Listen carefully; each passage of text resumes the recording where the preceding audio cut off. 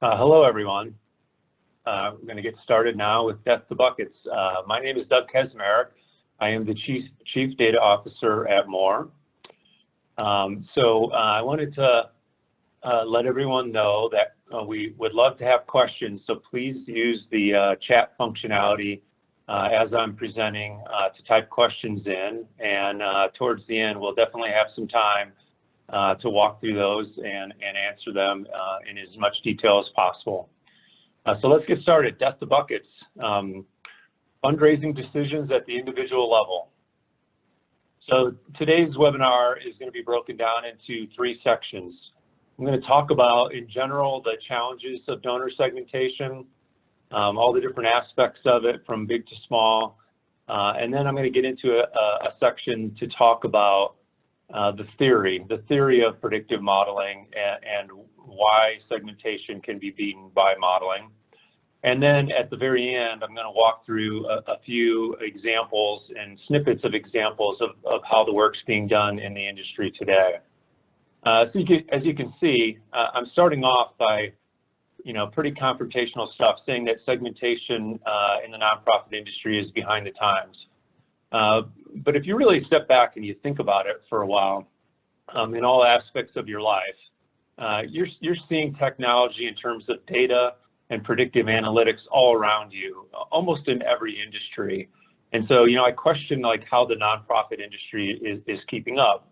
There was a movie called Moneyball when talking about analytics in sports, and over the last 15 years, it's been revolutionized.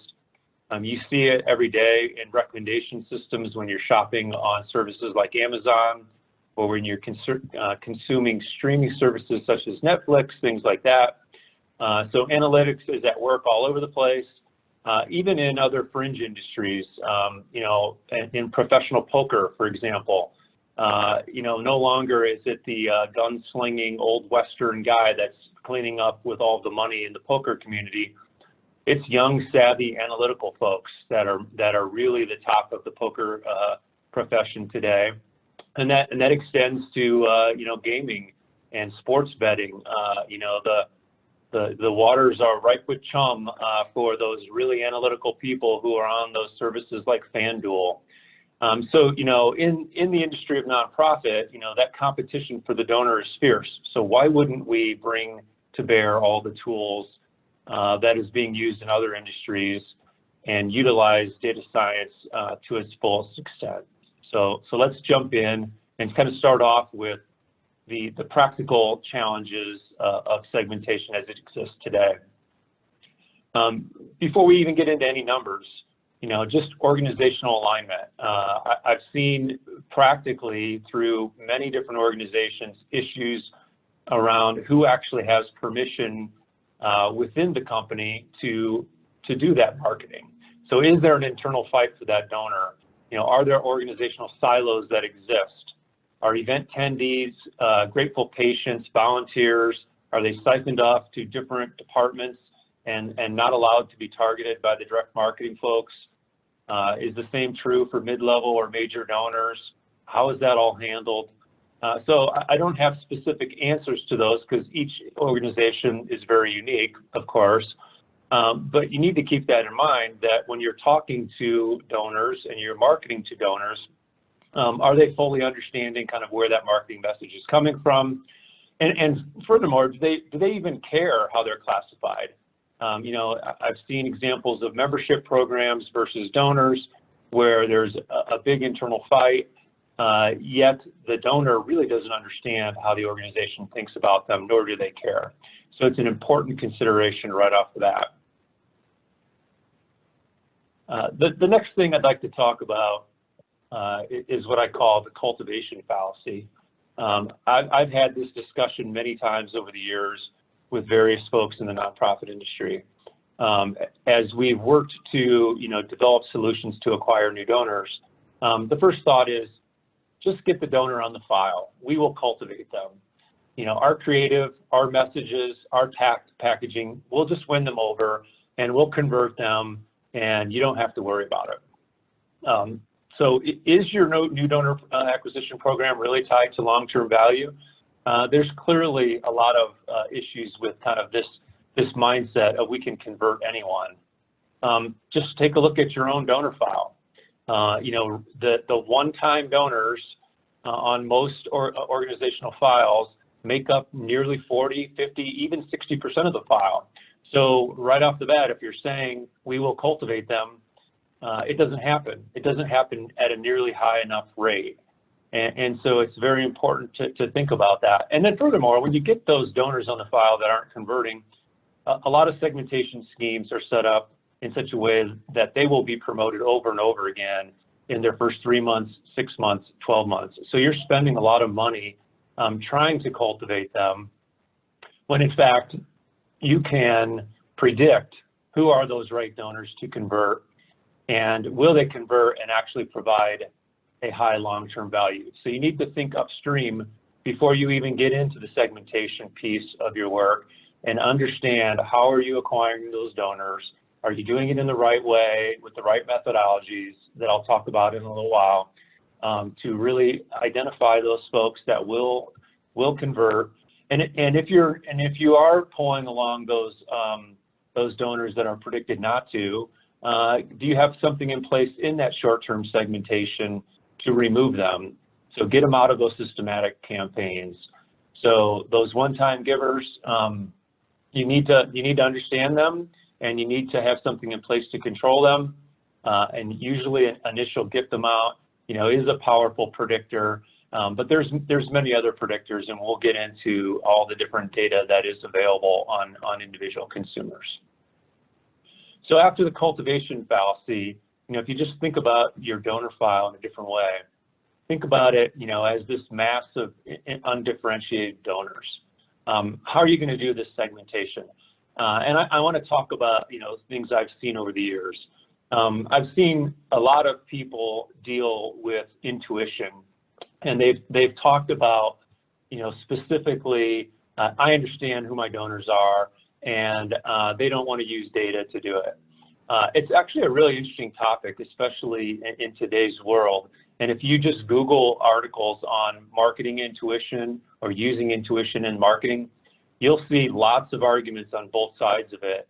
And not surprisingly, the articles that are on the side of not using marketing intuition are generally supported by numbers, facts, and figures.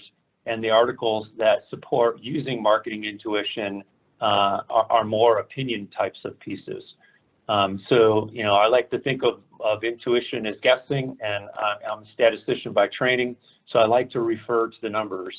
So I think that the Dilbert cartoon here really hits home and makes sense from an analytical point of view. Beyond the intuition piece, the next level in is the simplistic level of kind of singular thinking, using just one component to understand who you should market to. And I've seen this over the years. In a prior company that I worked for, some folks came up with a very simple segmentation scheme for literally 26 million customers that we had, breaking those 26 million customers into just 4 different segments, and then driving marketing through that. And they actually convinced senior level folks at the company that that's the way it should be done. Meanwhile, those of us who are on the ground doing the actually marketing analytics and predictive modeling had a database of thousands of variables on those consumers, and we're doing highly sophisticated models. So clearly that singular thinking just isn't going to cut it in terms of proving out the numbers for the marketing. In nonprofits specifically, I always hear arguments around, looking at one particular type of dimension like age. We need to find younger donors. That's kind of a tangent to that thought. We need to find donors who are ready and willing to and be predicted to donate to your organization today, and not focus in on just one variable, but what are all the variables together that works. And then finally, on this piece, the budget. I've seen this kind of work backwards so many times within organizations. organizations will set a budget for marketing and fundraising, and then they'll ask the people who are producing the work to find the right donors to target within that budget. So they know their costs, and then they select the number of budget or the number of individuals to reach that budget, as opposed to the opposite way, using predictive analytics and expected results to determine which donors will be profitable or which donors can we market to at an acceptable loss, and then going back to management and saying, based upon that break-even point, I now know how many people we should go to, and this is the amount of money we need to spend to get there.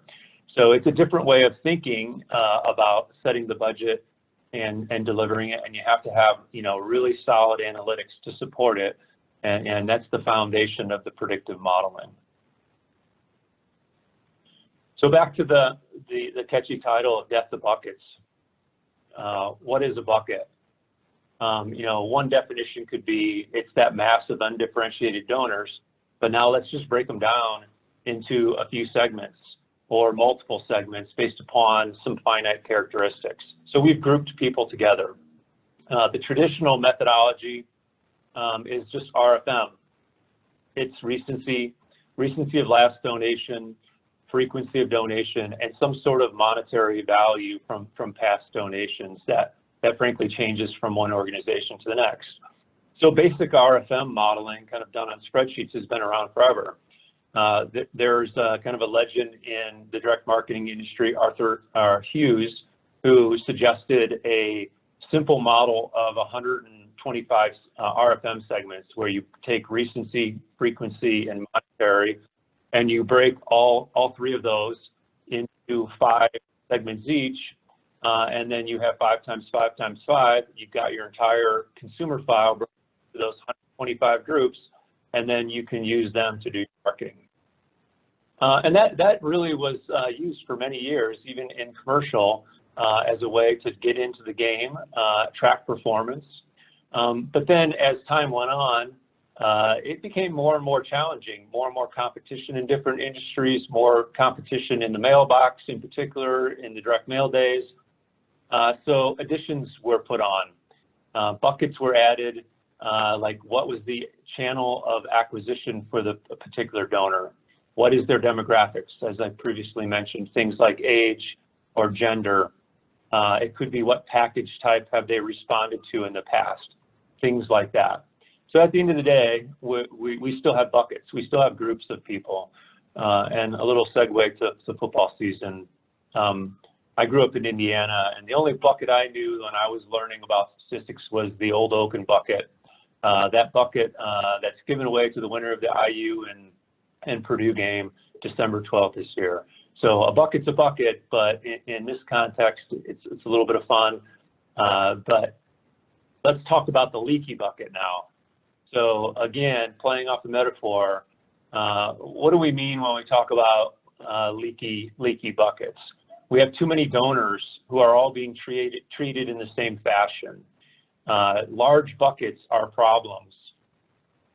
And the reason why they're problems is we know that individuals are going to act differently. We have data on individuals.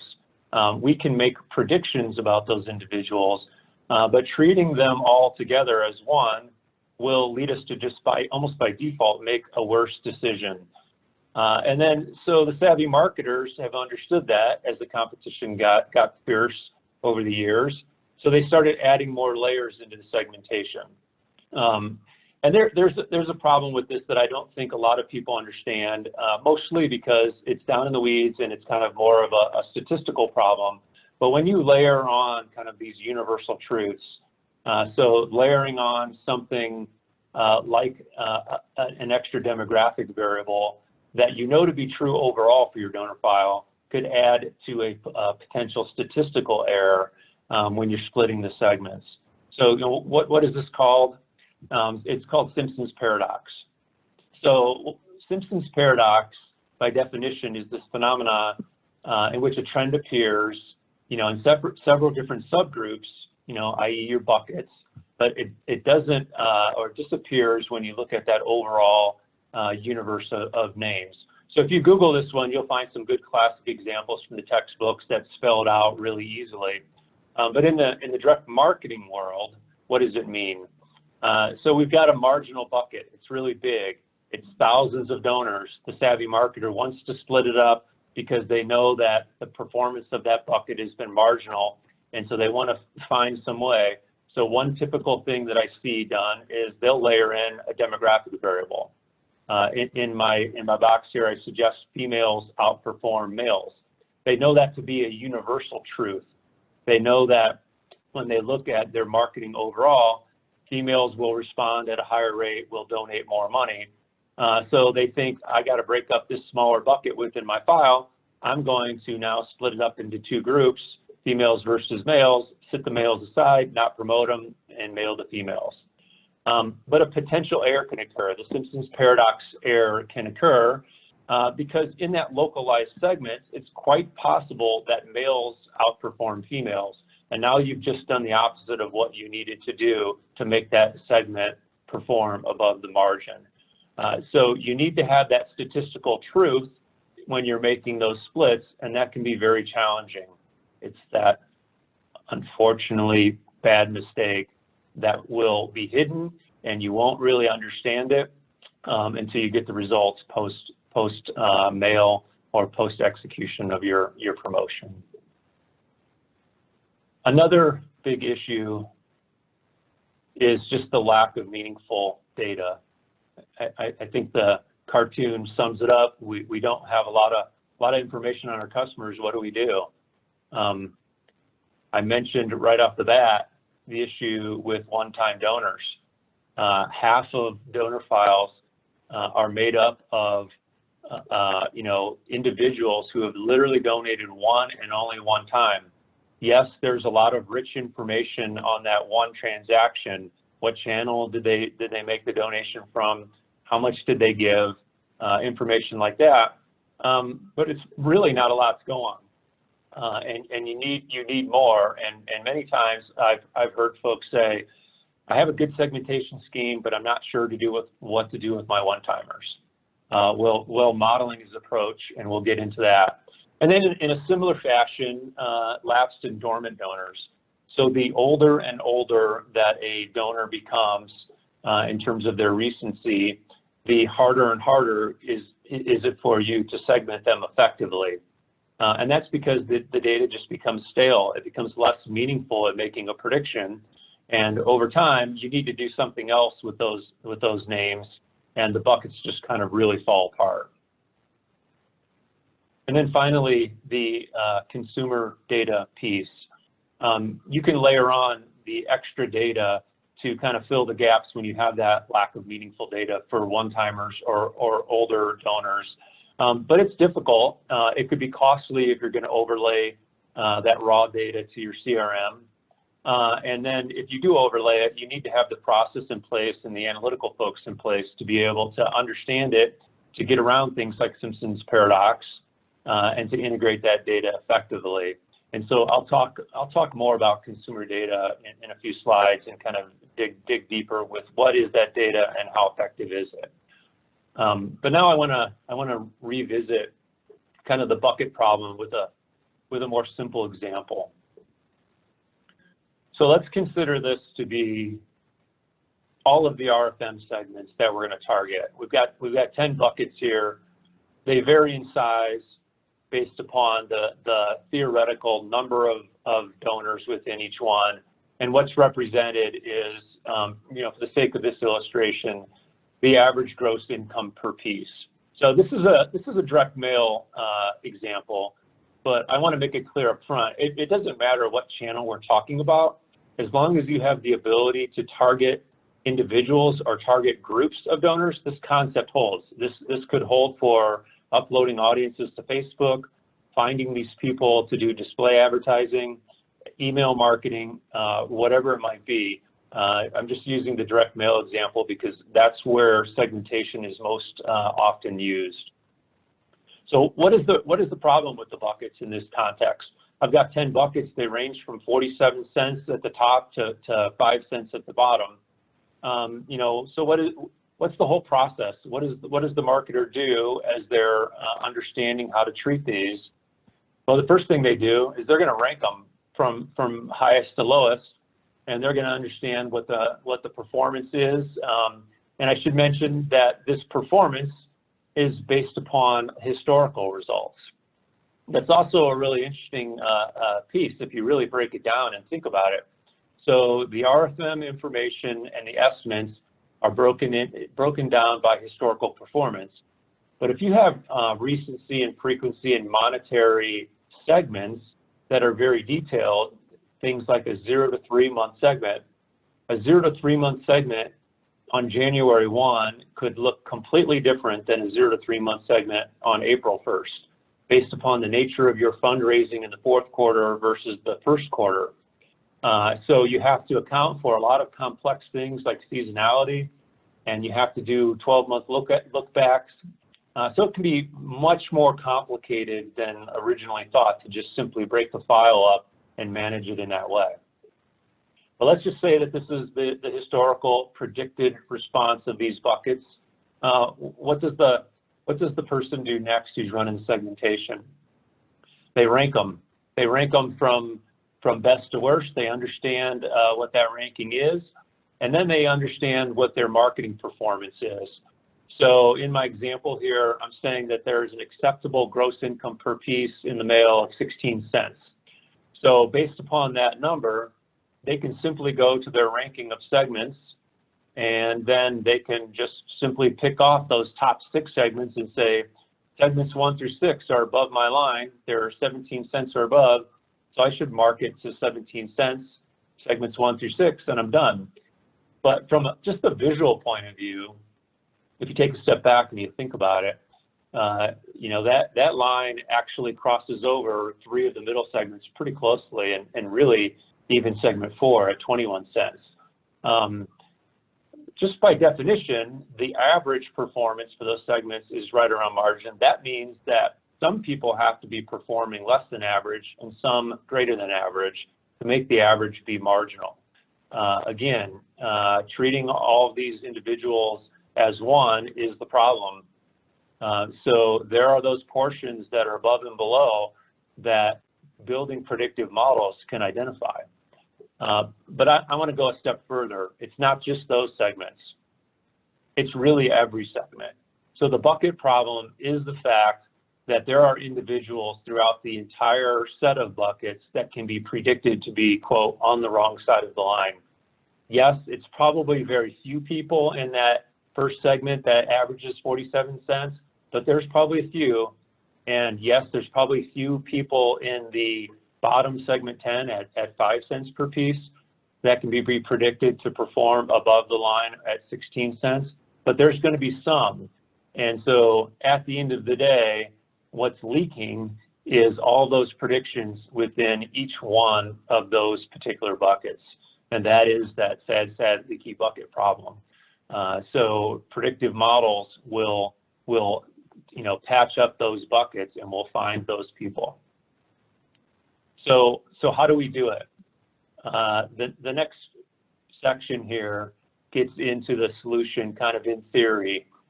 And so, it's recalling the early example. So what's the process that we can change to kind of integrate into the nonprofit industry data science, as I talked about in those early examples right off the bat, and leveraging data to its fullest. So I want to walk through the solution in theory and at a very high level to start with. There is extensive data that exists on all donors. I said that up front, when it comes to one-time donors or lapsed donors, there's a lack of data. Well, there's a lack of very specific RFM data, but there's a lot of data that exists out there in the marketplace that can be licensed and overlaid and modeled to put on top of those donors. Fundamentally, we should think of every donor as a bucket. We should think of what we've heard in marketing for years, marketing one-to-one. We want to make decisions on each individual and make that decision well with a predictive solution. So that's what we need to do. We need to build algorithms and models that use all of the data not just the recency, the frequency, and the monetary values, but use everything else to make the best prediction possible. And by the way, those models can be altered slightly in the process to optimize different things. They can be done to optimize a response. They can be done to optimize the initial revenue, or they can be optimizing long-term value or that gross or net income per piece. So there's a lot of different things that you can do to be very smart about how the models are built and tailor it in the right way. And then at the end of the day, when you have that model in place, you're making those fundraising decisions at the donor level. And so I'm going to get into some detail around like how you do that at the donor level. But first, I want to take a step back to the first bullet point around the data piece and just talk about all the data that's available. So I like to talk about consumer data and break it down into the types of data. It's a very confusing marketplace when you talk to data. Most of the people that sell data really don't understand the ins and outs of what the actual data is and how it's used in marketing. So I like to think about consumer data, from the kind of conceptual, how good is it for targeting indirect marketing? How good is it to make those predictions I've been talking about? And then also just break it down by, is it something that a direct marketer would use versus what a brand marketer might use and consider? So there's definitely a subjective kind of like allotment on this chart. But the way I think about it is, first and foremost, we talk about geolocation data. So tracking where you go. So there's a lot of companies that are out there that are using information from mobile devices and device IDs, and they track where you go. And this is particularly a big deal when it comes to things like buying a car. So if you're visiting car lots, often you're tracked to being showed up at those locations, and you now are kind of in the funnel for consideration for a vehicle. It can be very useful, but it's hard to drive back to the individual level. But still, for certain industries where the price points are really high, it can be a pretty decent solution. Next is search activity, obviously dominated by Google, Microsoft, and a few other smaller players. You can tell a lot about yourself, and Google can understand a lot about you and the ways that you interact with Google. This can be leveraged to a certain degree in direct marketing. So there is some targeting capability. There's some ability to upload audiences into Google, and as those folks are searching to find them. So it's productive in that way. The social media networks and sites and other online activities, site visits, follows, clicks. So what do you do online? This information is very powerful. Companies like Facebook know an awful lot about individuals and have really terrific refined algorithms. You can also upload audiences there and use that data to do lookalikes and find your donors in that way. But they do like to keep things behind the walled garden. They don't report specifically on results to an individual level, but they'll report on your campaign. So it's harder to understand how the individuals are performing and do that full attribution. It becomes more of a challenge. And then you go to the credit bureaus of the world, or the aggregated credit statistics that are compiled and sold for non-regulated credit offers. You can certainly tell a lot about an individual and your financial strength from all of this data. It can be used in a regulated way for some folks, but wealth indicators are certainly used a lot in the nonprofit industry, but they're not the only bit of data that can be used to understand and make predictions for things like major donor or mid-level donor giving.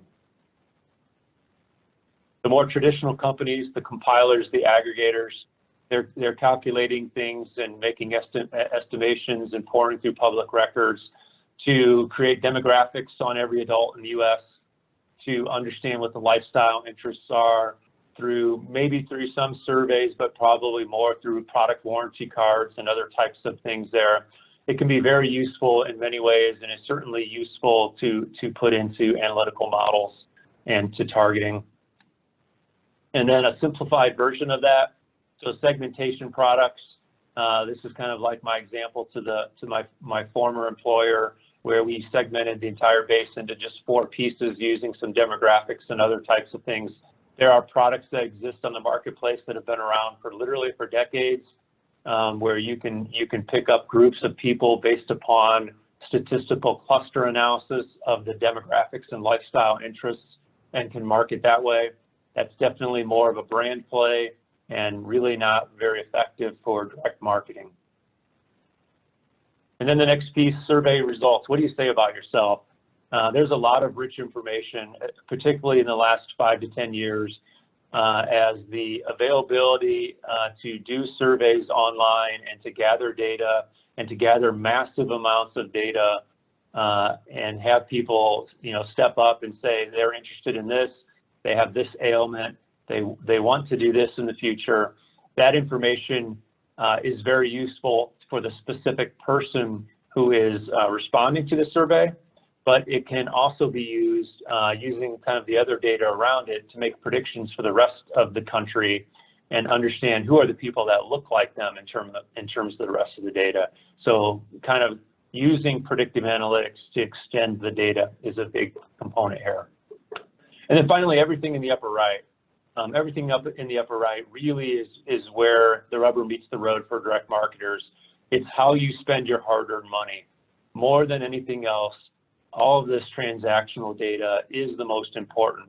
Where are you donating? How much do you give? What are you spending on in terms of the services that you use, your mobile service, your lawn care, your service contracts, what magazines you read, what types of products do you buy? Are you buying them online? Are you buying them in the store? When we used to be able to travel more freely, where do you travel to and where do you stay? All of that information, super predictive about the individual, and it usually rules the day when it comes to the predictive models. So this data is the fuel that flows into the algorithms. But let's talk about the modeling now. And let's start by kind of revisiting the bucket problem. So the bucket problem, we've got our ranked buckets from high to low, and we've got our acceptable gross income per piece line. But we're talking about individuals. So first and foremost, let's just change the x-axis, and let's just say now that we can rank every individual with our predictive model from 1 to n. If we've got 1 million donors on our donor file, n is 1 million, and we can literally build a predictive model. And we can say, John Smith is number 1. We believe he will return the most money. And then we can identify that millionth person at the very bottom, and we can rank them from high to low. And so what that looks like, it looks similar to the curve that we had with the buckets. Now it's a smooth curve where each person is a point on this line. So this curve is literally estimated from that analytical process, and you can understand what that curve looks like. And here's where we start getting into how can we precisely target the individuals that are going to be profitable and those that can't. And so from a theoretical point of view, we overlay that gross income per piece acceptable line. In our example of buckets, it was 16 cents. We intersect those two points, and where they intersect, that's your break-even point. That determines literally the person on your file. So there's a score that's associated with each person that puts them as that point on the line. We can draw the vertical line down, and we can determine where to cut off. And we literally can go down and say, there's a person that when we market to them, they will barely break even at that acceptable gross income per piece. And the next person on the file we will lose money on, and we therefore should not promote them, and we should stop. And so what this looks like then is we have profitable and unprofitable names. And this goes back to what I was discussing at the beginning around setting the budget to the number of mail pieces as opposed to determining the number of mail pieces in advance by setting the budget and then saying, give me the names that kind of fill up the budget to that point. You could be either leaving money on the table by still having some people in the green section that you're not getting down to because you haven't allocated enough budget, or you could be dipping into the red part where you're over promoting and you're actually losing money on net. And so this is the argument for getting very precise, making these decisions with statistical models, and then setting the budget in that manner. All right, so that was the theory, and that's how it breaks down. And I just wanted to be practical. So, you know, many of us in the direct marketing industry are very practical. And so I want to salute the fact that, you know, there are some very complex segmentation schemes in place. In fact, I would think it would be extremely unlikely that any large nonprofit is doing a segmentation scheme that has as few as 10 or 20 or even 30 segments. They're going much deeper than that. But I do want to break it down a little bit and just give a few snippets of examples. And I kind of want to start in reverse. I want to start with the lapsed donor reactivation piece and talk about it, and then afterwards get into the donor renewal piece. So I'm starting with lapsed donor reactivation because most large organizations today are kind of doing a hybrid solution. They're doing a mixture of segmentation and processing of the data, and then they're laying on model scores. But with the donor renewal piece, they're not getting into using models, not nearly as often. So starting with the lapsed donor piece, a very typical approach for lapsed donors is to say, in my segmentation, I'm starting to lose power. I've got older names. I'm not sure what to do with them. So I'm going to put them all into my merge purge. And then I'm just going to let my outsourced data, all of my acquisition names come in and interact with them in the merge. And I'm going to call it a super dupe.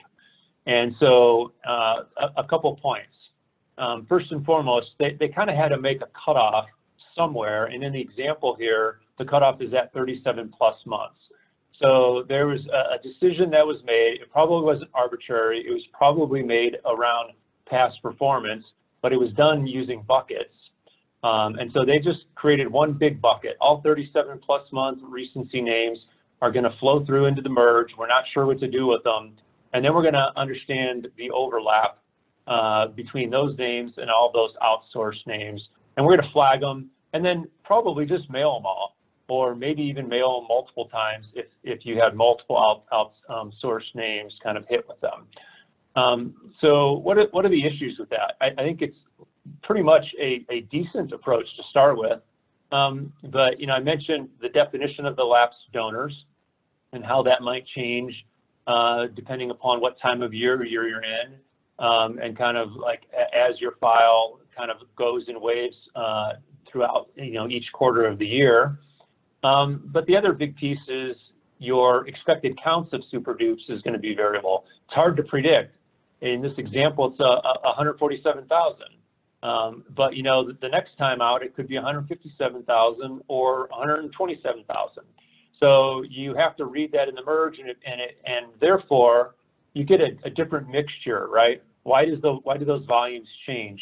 Well, if you're making changes and being aggressive with your acquisition plan, maybe taking a lot more names in a given merge from a new provider or going deeper with a new outsourced provider, you've just fundamentally changed the underlying structure of what you've done before with super dupes, and the performance could change.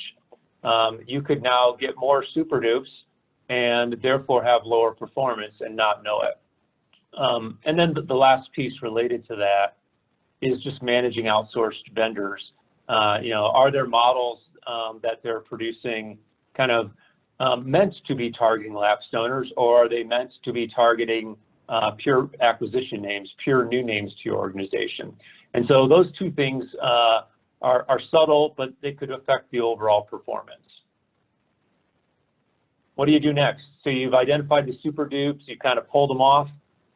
So just want to start off by saying, this is just one snippet. You can see in the fine print here in the segment descriptions, 49 to 60 month names, single givers with the latest donation amount. So this is a snippet from a very large spreadsheet of lapsed donors that were broken down by different RFM segments, and then across the top, the model scores.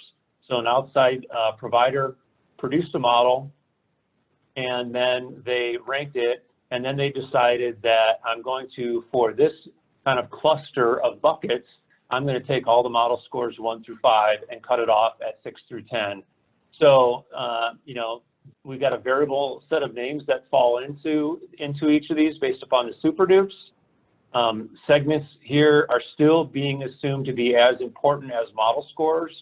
Those models, again, might not be aligned with the older names that they're scoring. And then at the end of it, this is sadly kind of what I see throughout the years is people don't understand predictive models. They want to go back and they want to rely upon their segmentation. So they kind of just cherry pick the models and they don't use the models directly. It's a lack of trust in that modeling solution that can appear to be black box, but why the lack of trust? Why not build the models and trust the models and then test them like we've tested segmentation over the years? So here are the potential issues, again, and it's said slightly different. And this is getting into now the very specific donor renewal part. So moving away from lapse, getting into the donor renewal and understanding leaky buckets.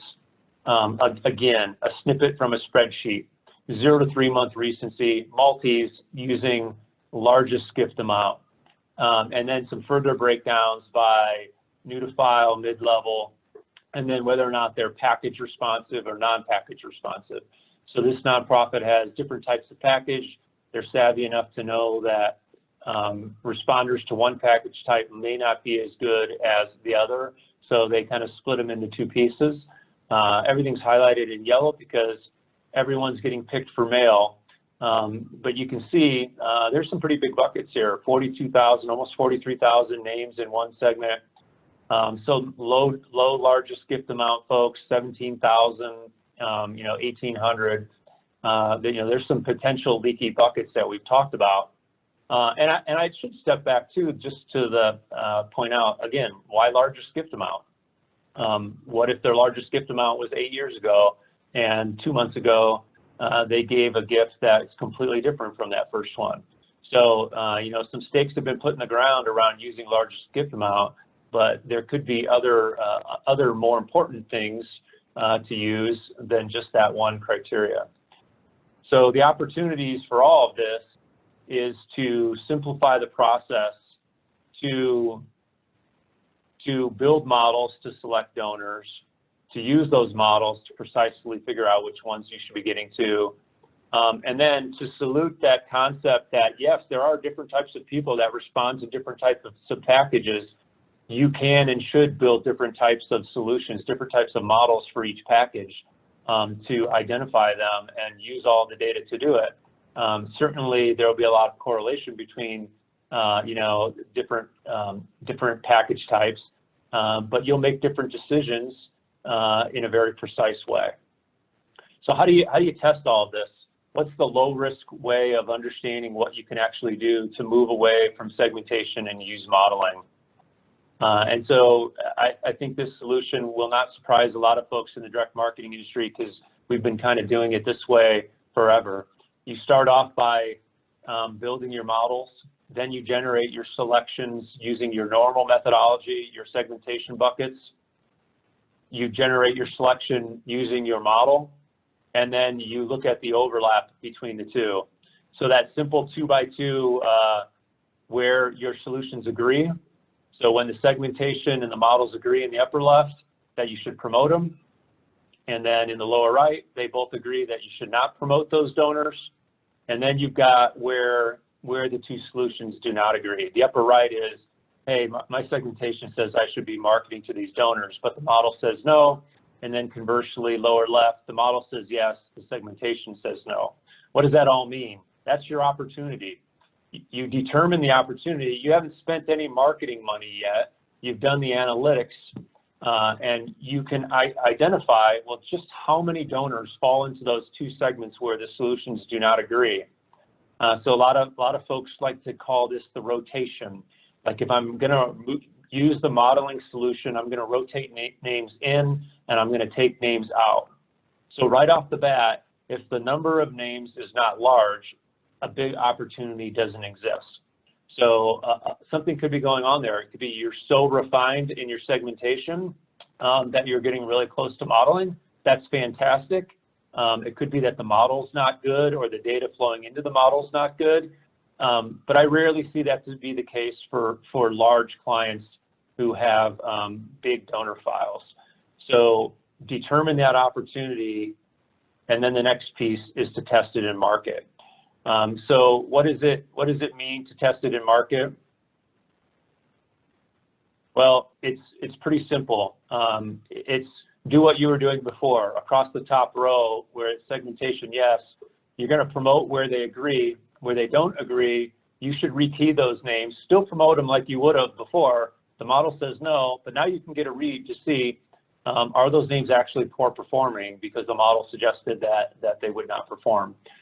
And then the lower left is, yes, this is where you might need to invest some dollars, but as direct marketers, you know, we're used to testing things all the time. So allocating some budget to doing this test, basically keying some of those names and putting them in the mail, maybe all of them, or maybe just a random sample of some of them to get a read on them and to understand, have I been leaving money on the table by not marketing to those folks?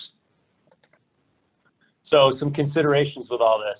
I think I've mentioned a few of these all the way through, but the overall size of the donor file. First and foremost, if you have a very small donor file, you're probably not going to have a lot of opportunity, you know, in the upper left or upper right and lower left.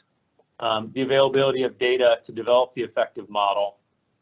So that's where partnering with an outside company to get that data and build those models is probably the way to go. And I'll talk about that here towards the end.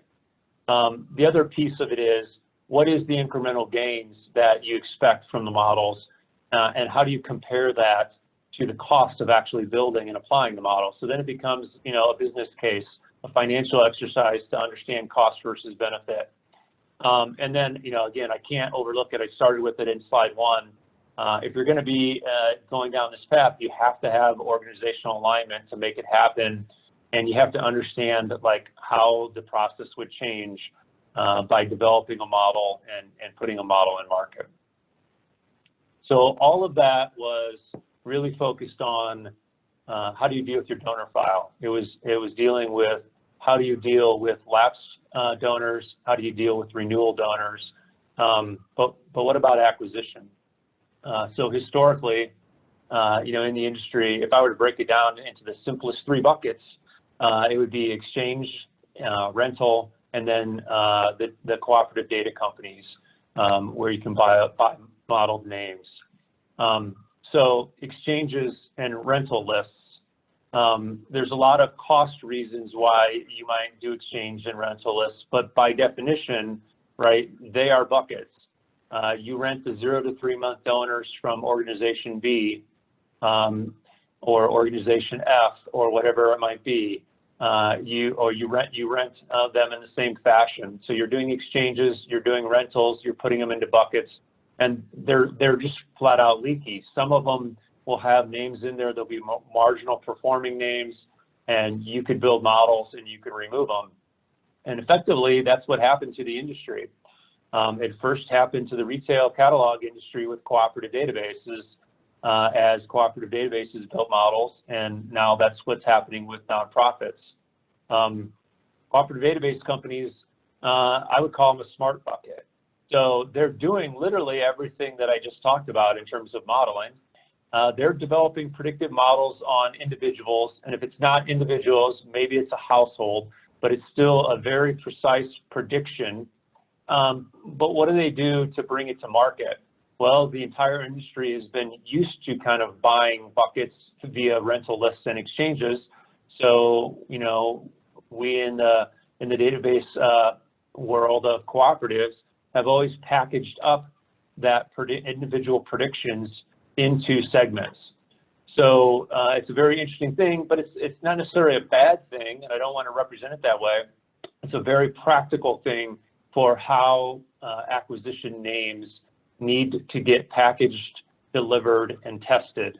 It's very difficult to understand what's the precise person on a co-op file of 100 million individuals who could potentially donate, and identify the one that's going to be profitable versus the one that's going to be unprofitable. So it's a little bit different problem when you're dealing with acquisition, and it's also a practical problem. So it's a very important thing to consider, and it's a very interesting question, I think, to ask the data companies. Well, how do you create segments? In what method? How is it controlled? How can I understand how to get maybe smaller segments and push to understand how I can get closer to precision in my acquisition marketing in a way that I can do more effectively on my renewal file. So in the renewal, another way of saying that is in a very controlled environment of doing your own segmentation on your renewal file, you can get super precise and figure out which individual is that person where it turns from positive to negative. It's a lot more difficult when you're ordering lists from multiple sources and you're doing the acquisition across tens of millions of potential donor individuals. So what does that all wrap up to? That wraps up to, so is this a bucket funeral? Am I really saying that buckets need to completely go away and die? Well, not so much. I don't think so. I think that there are still very useful situations. And so I just kind of want to finish up by breaking it down real quick. So I mentioned it going through here, small organizations. If you have less than 100,000 total donors, you probably can segment your file very effectively and get refined enough that you don't need to build models and you won't have a lot of opportunity in those two segments of the 2x2 matrix. You shouldn't worry about it all that much, but you can still test it out and you can still determine it without spending money. It's just more typically not going to be the case where it's going to have a big bang for the buck. But notice that I say you should still be doing modeling for acquisition. That's because the data companies know more about consumers than anything else than just picking lists. And you should be going after that intelligence through data companies and using modeling in that effort. So then, when you get to mid-size, it starts to become more of a fringe question. You probably should be doing modeling on the donor file, but there's going to be a point, and this is where the exercise on that opportunity analysis is going to be key. And then, of course, modeling for acquisition again. And then the large organizations, you should be using modeling all over the place. How to renew donors, how to upgrade existing donors to other components, to mid-level, to sustainers, to major, how to win back lapsed, and then in great detail for acquisition with a very strategic thought-out plan around how to control what you're getting from data companies and measure it effectively and know that you're not kind of breaking it from one campaign to the next. So what should you do? What should you do to finish? Ask yourself, is your segmentation optimal? Consult with an analytical expert. It could be someone internally, really dig deep. It could be an external analyst. Most of the folks that I know across all the data companies will do a lot of this work for free in hopes of winning the business. So engage with them, execute a project. And I would say the big key point on that project execution now is, understanding how your selection process will change and be ready for it. And then don't just take a proposal on the theoretical. Go through a data exercise, have models be built, look for the opportunity for improvement, and then, like we always do in direct marketing, test, and test again as you get prepared to then eventually roll it out and move forward with a successful fundraising campaign. So with that, we have a few minutes for questions. I'd like to open it up. So we do have a few questions here. Do most predictive models take into account how much names are being mailed by other organizations, and how do you see that impacting performance? Yeah, that's a great question.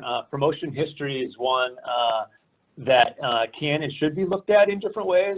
It's also a tricky one from a modeling point of view. So the purist statistician in me says we maybe shouldn't look at it too much, because who are being promoted is a marketing decision, not so much a decision that the consumer is making on whether or not to respond.